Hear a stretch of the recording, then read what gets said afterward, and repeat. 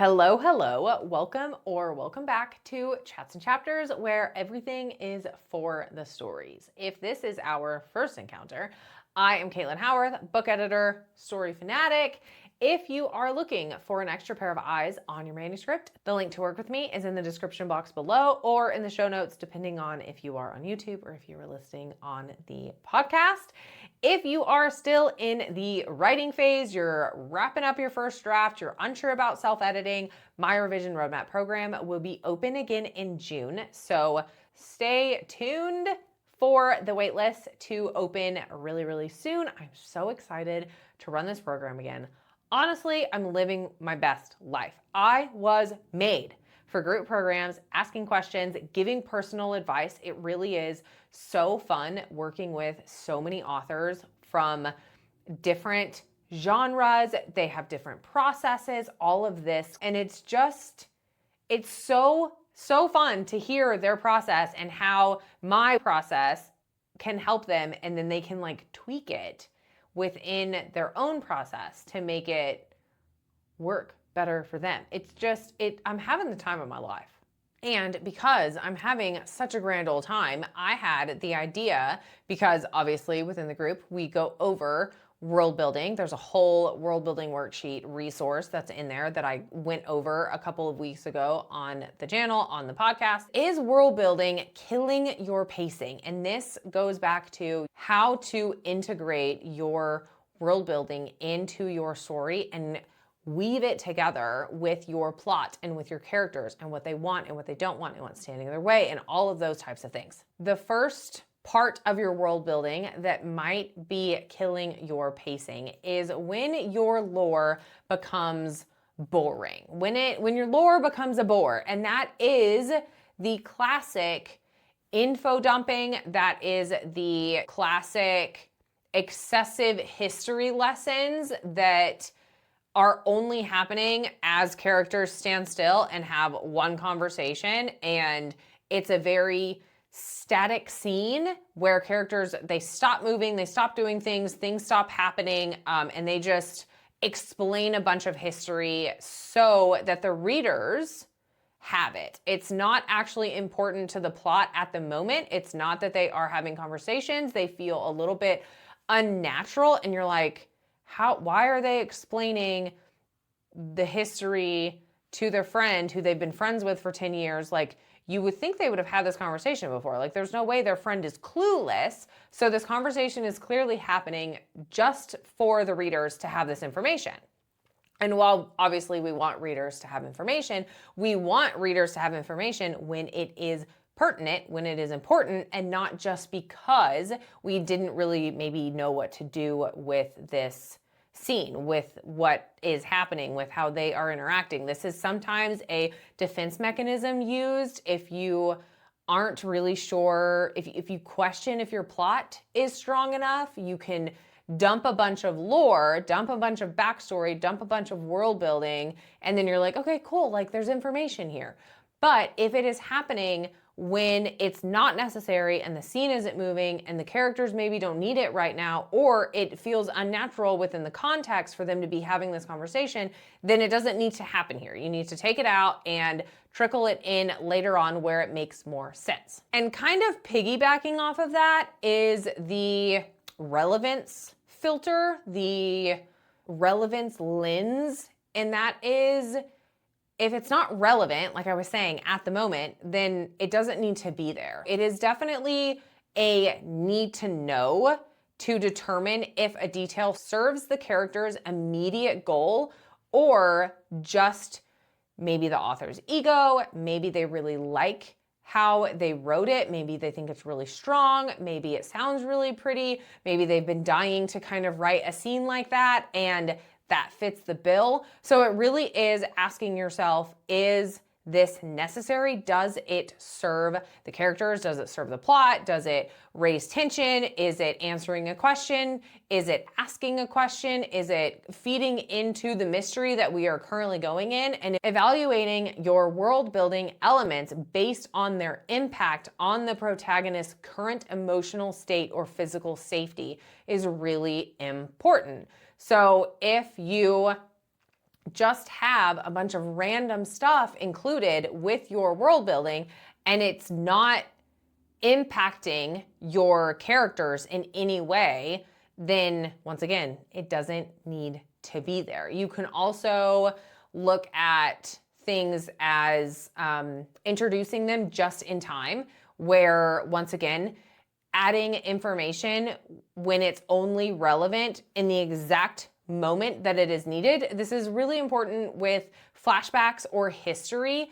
If the history lesson that you're giving or if the flashback that is happening to your main character doesn't directly impact the current moment that they're going for, if it doesn't tie to it, if it doesn't enlighten us, if it doesn't give us kind of context, if it doesn't teach us anything in that moment for the current moment, it does not need to be included at that moment. You definitely want it to be relevant and you want information to be revealed as it becomes a functional tool, as it becomes necessary to the plot, to the characters, to the stakes, to the tension, to whatever the what is it called? The love triangle, all of that good stuff. Also, piggybacking off of that is to shift your static descriptions into more active descriptions, not simply with the character interactions or anything like that, but where the setting is revealed through a struggle or even maybe a positive moment where we learn something new during like a happy time about the world. You weave it in through everything that is happening. So you don't really have pages and pages, of course, of backstory or lore or long conversations. I remember one manuscript that I did, I think I did it was an assessment or a developmental edit. They're close. They just don't, it was a developmental edit because assessments don't get a chapter by chapter breakdown. And within this, they were on a journey to save people, and the main characters were having a conversation like the whole way. They're just walking, they're just talking back and forth. Nothing is happening. Like you obviously know they're walking, but nothing is happening. They have this whole conversation about the whole world within this walk to go like find these people. And it's nothing against like this author. The book was amazing. It was great. But there was this instance where I was like, can we break this up? They can have half of this conversation on the way and then somehow they get interrupted, something is happening, and then they finally make it, they save the people, and then they pick up, one of them comments and says like, we didn't get to finish our conversation, and they like continue this on the way back. Because you also have to think about what your readers can take in at any given moment. If you have too much backstory, too much back and forth, too much information happening at one time, your readers aren't going to remember all of that. There's no way. And if it's important information that is going to dictate something that happens later on and they're confused, they're like, wait, when was that ever stated?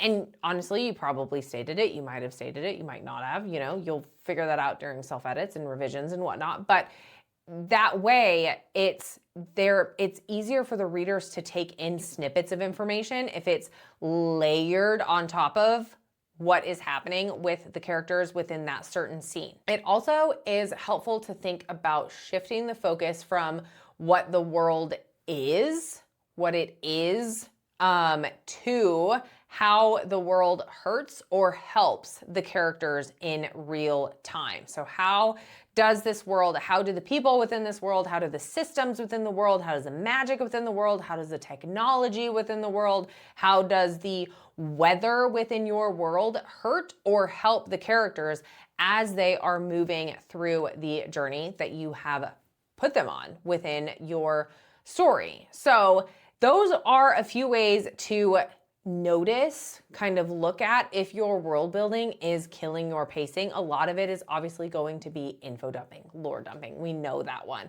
But there are different aspects to look at as far as like obviously to what I just said, like how the world hurts or helps the characters can give you a different lens to kind of look at and add additional layers instead of just focusing on what the world is.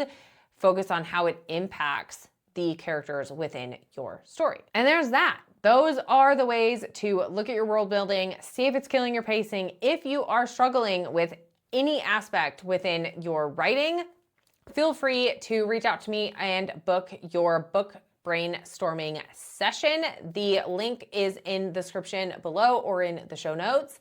And this is really 90 minutes for you to get help on whatever you're struggling with. If you are struggling with your world building and you feel like some parts of your pacing are a little bit slow and you're not really sure because you think all of this information is necessary, we can go over how you can break that up and we can talk about what is actually necessary, what is impacting your characters at this moment, and what isn't, and you can pull that away, put it to the side, save it for later, and trickle that out later. This is if you are concerned about your character arcs. If you want to discuss anything within your writing, this is your time to talk to an editor, brainstorm with me. Let me answer any of the questions that you have as you are going through this process. And then after the call, you will receive an email of what we talked about, what we went over, and then what next steps you should take to fix whatever you are struggling with and work through that and continue on your writing journey. If you are in the revision phase and you're feeling a bit overwhelmed, the waitlist for the revision roadmap program will be opening in a few weeks. So stay tuned for that to open, and I cannot wait to see everyone inside. I hope you enjoyed this video or this podcast episode, and I will see you in the next one.